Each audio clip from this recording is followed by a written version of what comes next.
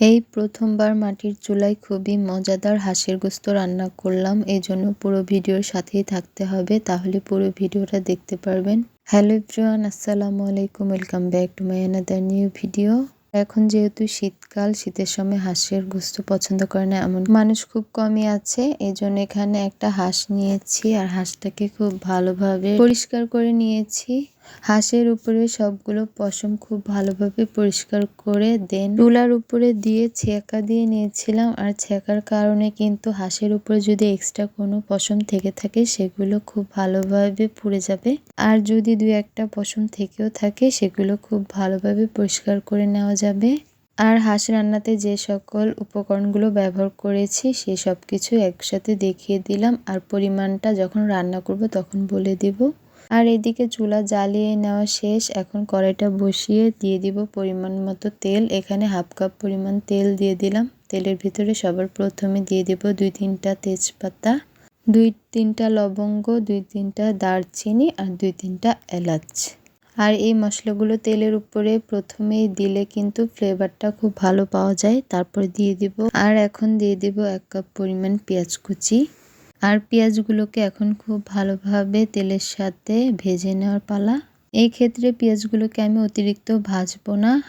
আর মাটির চুলায় যে কোনো খাবারের স্বাদ অসাধারণ হয়। আমরা যারা গ্যাসের চুলায় রান্না খেতে খেতে অভ্যস্ত তাদের কাছে কিন্তু মাটির চুলার খাবারের স্বাদের কোনো তুলনা হয় না। এরপর দিয়ে দিলাম আদা বাটা, রসুন বাটা আর জিরা বাটা। আর এখানে আমি জিরা বাটার সময় গোলমরিচ আর জিরা একসাথে বেটে নিয়েছিলাম। 2 চামচ করে সবগুলো মশলা ব্যবহার করেছি। আর মশলাগুলো খুব ভালোভাবে ভেজে নেওয়ার পরে দেন সবগুলো মশলা এখানে অ্যাড করে দিব।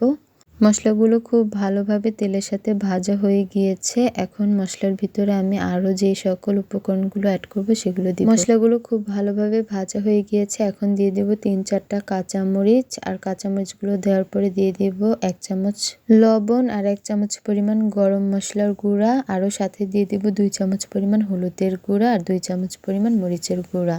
ধনিয়ার গুঁড়াও দিয়ে দিব 2 চামচ পরিমাণ। আর এখানে আমি জিরার গুঁড়া দিয়েছিলাম 1 চামচ পরিমাণ। মশলাগুলোকে কিছুক্ষণ ভালো করে ভেজে নেওয়ার পরে একটু পানি দিয়ে আবারও ভালো করে কষিয়ে নিতে হবে। আমি জিরা বাটার সময় পাটা থেকে জিরার পানিটাকে ভালো করে নিয়ে নিয়েছিলাম। এখন দিয়ে দিলাম হাফ কাপ পরিমাণ পানি দিয়ে সবগুলো মশলা ভালো করে কষিয়ে নিতে হবে। আর মশলাগুলো কষানো হয়েছে কিনা দেখলেই বুঝতে পারবেন। যখন দেখবেন তেল উপরে উঠে এসেছে তখন বুঝবেন মশলাগুলো হয়ে গিয়েছে। এখন সবগুলো হাঁসের গোস্ত দিয়ে দেব। সবগুলো হাঁসের গোস্ত দিয়ে দিলাম। এখন ভালো করে নাড়াচাড়া দিয়ে মশলাগুলোর সাথে কষিয়ে নিতে হবে।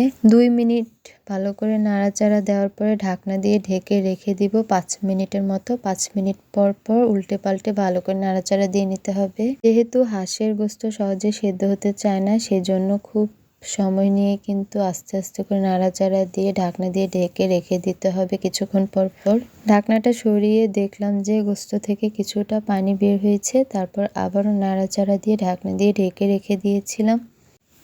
এইভাবে করে কয়েকবার নাড়াচাড়া দেওয়ার পরে দেখলাম যে খুব ভালোভাবে পানিটা শুকিয়ে তেল ভেসে উঠেছে।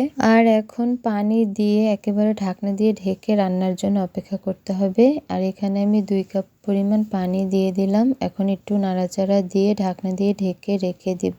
আর আমি কিন্তু আজকে হাঁসের গোস্ত রান্নাতে এখানে আস্ত একটা রসুন ব্যবহার করেছিলাম। আর এই রসুনটাকে এখন দিয়ে দেন ঢাকনা দিয়ে ঢেকে রান্না করতে হবে। আর সবার শেষে জিরা গুঁড়া দিয়ে দিব। আর আপনারা যারা রসুন পছন্দ করেন তারা কিন্তু রসুনটা সবার প্রথমে ব্যবহার করতে যাবেন না, যখন ঝোল দিবেন তখন রসুনটা ব্যবহার করতে হবে। আর এই তো রান্না শেষ রসুন দিয়ে অসাধারণ হাঁসের গোস্ত রান্না। আসসালামু আলাইকুম, থ্যাংকস ফর ওয়াচিং।